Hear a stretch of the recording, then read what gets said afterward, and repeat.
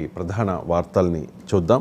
Gujarat పెత్తనమా, Telangana పౌరుషమా తేల్చుకుందామన్న CM Revanth Reddy. Telangana పౌరుషం గుజరాత్కు తెలిసేలా మోదీని ఓడించాలి. ఫస్ట్ ఇది ప్లే చేయండి. నెంబర్ 1, బీజేపీ వస్తే బడుగులపై సర్జికల్ స్ట్రైక్, రిజర్వేషన్ల రద్దు, 400 సీట్లు వస్తే రాజ్యాంగాన్ని సవరించేందుకు కుట్ర, కేంద్ర మంత్రి అమిత్ షాను ఆవాహించిన కేసీఆర్ ఆత్మ, 2 పార్టీలు ఒక్కటై గూడుపుటాని చేస్తూ ఉన్నాయి, కేసీఆర్ జీవితంలో మరోసారి సీఎం కాలేరు అంటూ రేవంత్ రెడ్డి కామెంట్ చేసిన వార్తను చూస్తూ ఉన్నాం. ఢిల్లీకి బెదురుతామా, కేసులకు ఎన్నడూ భయపడలేదు, గుజరాత్ వాళ్లకు తెలంగాణ పౌరుషం చూపించాలి, ఎన్నికల ఫైనల్స్లో తెలంగాణ వర్సెస్ గుజరాత్, రాష్ట్రానికి మోదీ ఇచ్చింది గాడిద గుడ్డే అంటూ రేవంత్ రెడ్డి కామెంట్ చేసిన వార్తను ఈనాడులో చూడొచ్చు. ఇక ఆర్ఆర్ ట్యాక్స్ విషయానికి సంబంధించి మోదీ కొన్ని కామెంట్స్ చేశారు. ఆర్ఆర్ ట్యాక్స్ అంటే రాహుల్ అండ్ రేవంత్ ట్యాక్స్. తెలంగాణలో వసూళ్లు చేస్తూ ఉన్నారు, అది ఢిల్లీకు పంపిస్తూ ఉన్నారు. దీనిలో ఢిల్లీ పెద్దల వాటా కూడా ఉంది. కాంగ్రెస్, బీఆర్ఎస్ 2 అవినీతి ర్యాకెట్లో సభ్యులే. రాజ్యాంగాన్ని ఆది నుంచి అవమానించింది కాంగ్రెస్ పార్టీ, అందుకే అసలు ప్రతిని తొలితే దోచేశారు. ప్రజల ఓటు బలంతోనే రామ మందిర నిర్మాణం, రుణమాఫీ, వరికి బోనస్ హామీలు ఏమయ్యాయి, కేంద్రం పనులను రేవంత్ ప్రభుత్వం ఇక్కడ అడ్డుకుంటోంది తెలంగాణలో అంటూ ఎన్నికల ప్రచారంలో భాగంగా మోదీ ఈ కామెంట్స్ చేశారు, రాహుల్ను ఉద్దేశించి అలాగే రేవంత్ను ఉద్దేశించి. సో మోదీ చేసిన ఈ వ్యాఖ్యలపై కేసీఆర్ కూడా రియాక్ట్ అయ్యారు.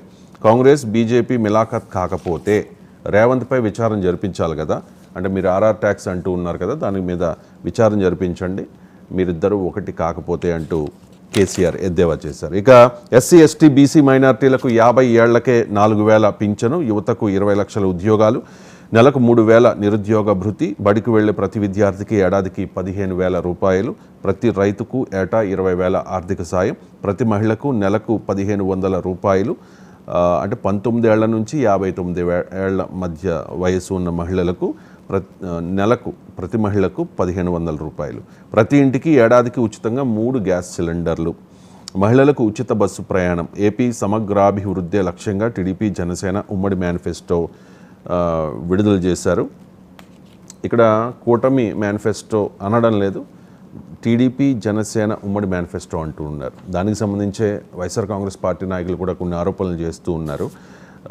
అంటే బీజేపీ సపోర్ట్ లేదా, బీజేపీ మేనిఫెస్టోగా దీన్ని చెప్పుకోవటం లేదా, ఎందుకు మోదీ ఫోటో లేదు అని చెప్పేసి. సో ఈ విమర్శలపై సిద్ధార్థనాథ్ సింగ్, బీజేపీ రాష్ట్ర సహ ఇన్ఛార్జ్ సిద్ధార్థనాథ్ సింగ్ ఒక క్లారిటీ ఇచ్చే ప్రయత్నం చేశారు. మేనిఫెస్టోకు మా పూర్తి సమ్మతి ఉంది, మా పార్టీ సాంప్రదాయం మేరకే భాగస్వాములం కాలేదు అంటూ క్లారిటీ ఇచ్చే ప్రయత్నం చేశారు. కానీ నిన్న ఈ మేనిఫెస్టో విడుదల చేస్తున్న సందర్భంగా ఆ విజువల్ ప్లే చేసుకోండి. సిద్ధార్థనాథ్ సింగ్ మేనిఫెస్టోను, అంటే పవన్ కళ్యాణ్ అండ్ చంద్రబాబు నాయుడు వాళ్ళిద్దరు కూడా ఆవిష్కరించే సమయంలో, విడుదల చేసే సమయంలో అసలు సిద్ధార్థనాథ్ సింగ్ తనకేదో పట్టనట్టుగా పక్కన ఉండిపోయారు, దాన్ని టచ్ కూడా చేయలేదు, దాన్ని జస్ట్ ఏదో ఫార్మాలిటీకి ఇలా టచ్ ఒక చేయి వేయండి అని అడిగినా కూడా నో చెప్పారు.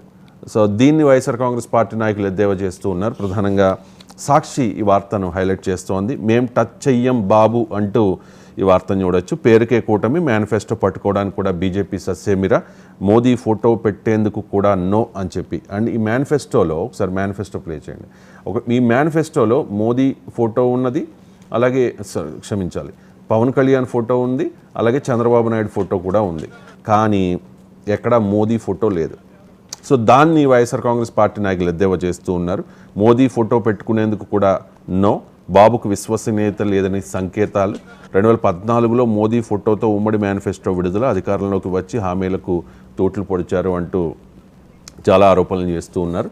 అడుగు అడుగునా ప్రజలను మోసం చేసిన టీడీపీ అధినేత, బీజేపీకి అంటిన మరక, బాబును నమ్మలేమని బీజేపీ నిర్ధారణ, మేనిఫెస్టోపై కూడా పార్టీ ముద్ర లేకుండా బీజేపీ జాగ్రత్తలు తీసుకుంది. ప్రధాని మోదీ ఇతర నేతల చిత్రాలు ఉండకూడదని చెప్పి వాళ్ళు ఒక కండిషన్ పెట్టారు.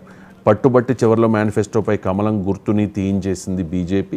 అప్పటికప్పుడు మార్పించిన చంద్రబాబు 3 గంటలు ఆలస్యంగా విడుదల అని చెప్పి, అంటే నిన్న మధ్యాహ్నం 12 గంటలకు షెడ్యూల్ మేనిఫెస్టో విడుదలకు సంబంధించి, కానీ 3 గంటలకు రిలీజ్ చేశారు.